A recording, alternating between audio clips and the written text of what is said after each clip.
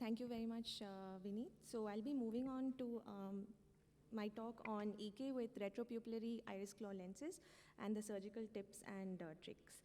So like we already covered, the major challenges are to choose whether to do a DSEK, DMEK, and the choice of secondary IOL, AC IOL, SF IOL, or iris fixated IOL.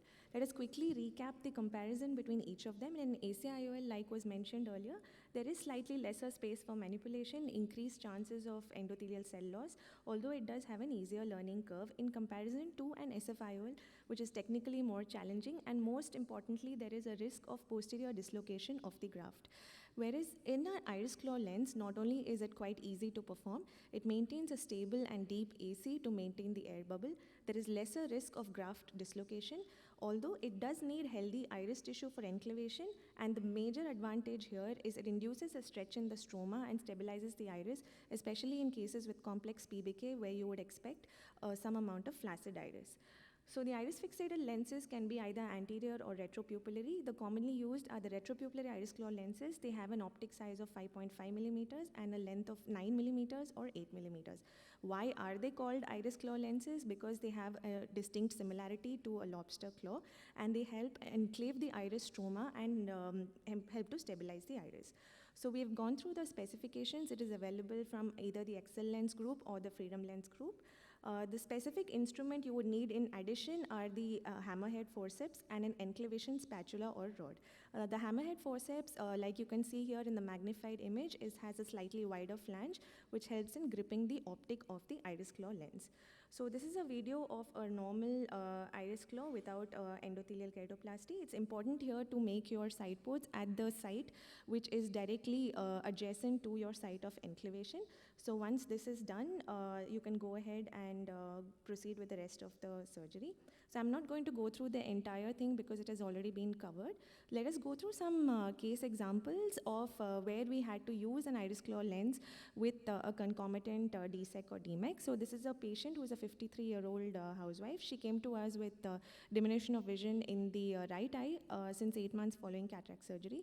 Her vision was counting finger 1 meter in the right eye. This is a clinical photograph where you can see that she had a significantly updrawn pupil and peripheral anterior synechia covering almost 4 clock hours.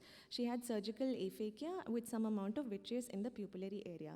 So the lens was absent, and there was an absent capsular bag as well. The rest of the examination was normal. She had significant cystoid macular edema, which was treated first with topical NSAIDs. 2 weeks later, she improved, and final OCT showed resolved CME with a best corrected vision of 20/50.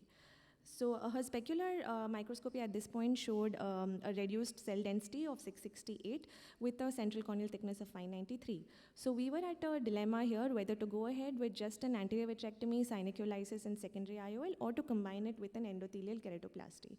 So since her specular microscopy showed reduced cell counts and some amount of corneal edema, we decided to go ahead with DSEK and a retropupillary iris claw lens. These are the details of the lens. We used a plus 22.5 diopters, and the tissue details showed a good endothelial count. So the surgical video of this patient. So we went ahead first, and it's important here that you can use an anterior chamber maintainer to help to maintain a stable AC. Since she had significant posterior synechia, the synechia were carefully released first with the help of an iris repositor. Once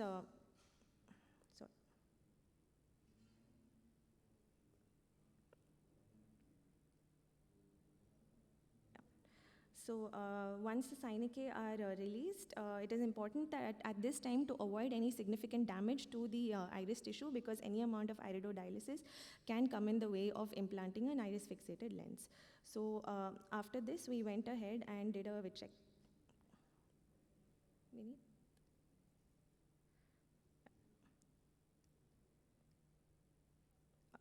We went ahead and did a thorough automated anterior vitrectomy.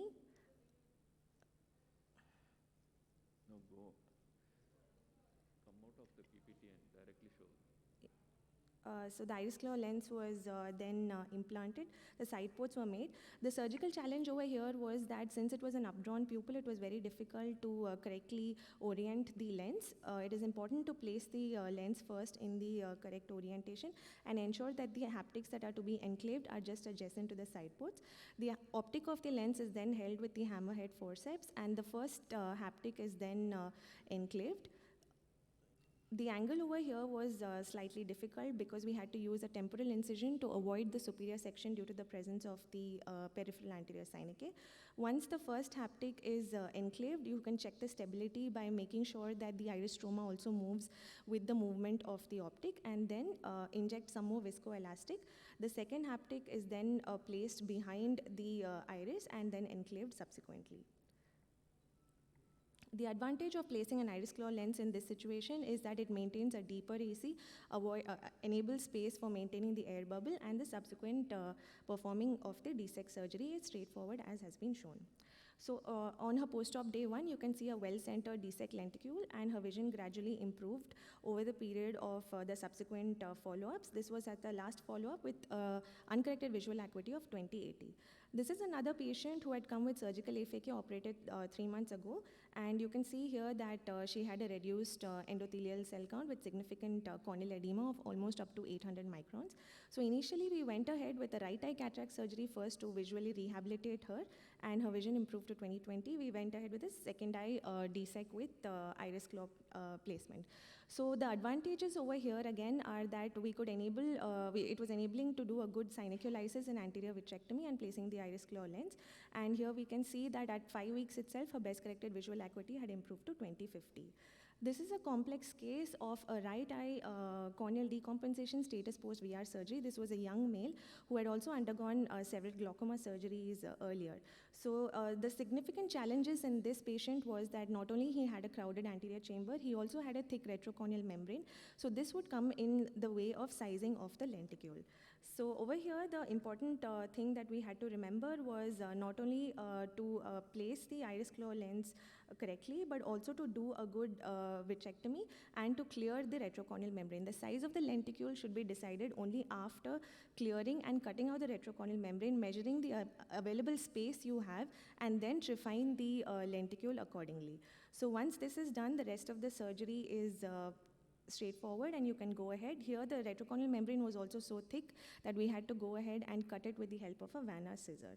So this patient did very well, as you can see here, and on day 10 his vision had improved to 23/20. So while we are talking about DSEK being easier to manipulate and unfold in complex eyes and risk of posterior dislocation of the graft is lesser, it is not very difficult to do DMEK as well, although it does need a certain amount of expertise.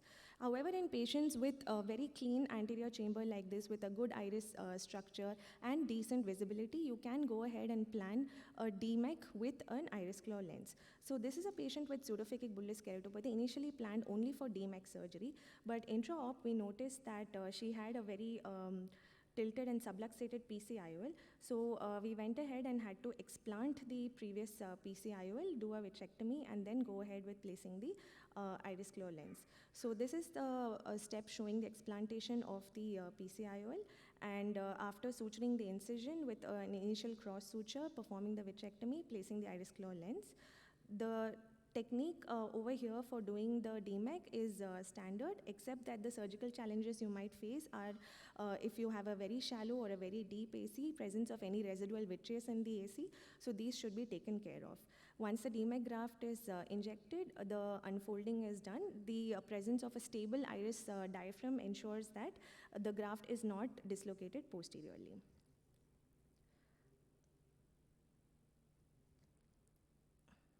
So this patient on post-op day 3 improved to 22/50, and this was at a 6-week visit with a BCVA of 20/40. This is a study which compared endothelial keratoplasty with anterior chamber intraocular lenses versus secondary posterior chamber lenses, where they compared 82 eyes of patients with both of the lenses. Here they actually found that the long-term survival of the ACIOL was significantly lesser as compared to the PCIOL. The secondary PCIOL group included both the iris claw lenses as well as the scleral fixated lenses. So with this, I conclude my presentation, and I would like to end with this take-home message that a careful decision-making is warranted in complex eyes to choose the correct type of IOL. Every case should have a customized and tailored approach. A retropupillary iris claw lens is an effective and predictable option for the correction of surgical aphakia, whereas one important consideration is that a simultaneous versus a staged procedure needs more analysis, which in terms of outcomes and survival. Thank you so much for your patient listening. Great, very nice demonstration of surgical techniques, great talk. I actually wanted to, it was very difficult to actually go temporally for the iris claw and enclavate both the claws, especially when the lower one is right next to your incision. That was really very nicely done. And thanks for highlighting the point of using AC maintainer. I think that is something that can really be useful in these techniques if you want to really avoid use of OVD. And just to touch base on that patient with RCM, I think it was one of very rare and difficult cases that we see because he was a high myope. He had undergone vitreoretina surgeries in both the eyes, and he was one-eyed with HM plus vision in young boy. So that was difficult. So management of RCM is very tricky, but again, iris claw worked very well. Thank you, Vinit. Yeah. So we are running short of time here. So for the next talk,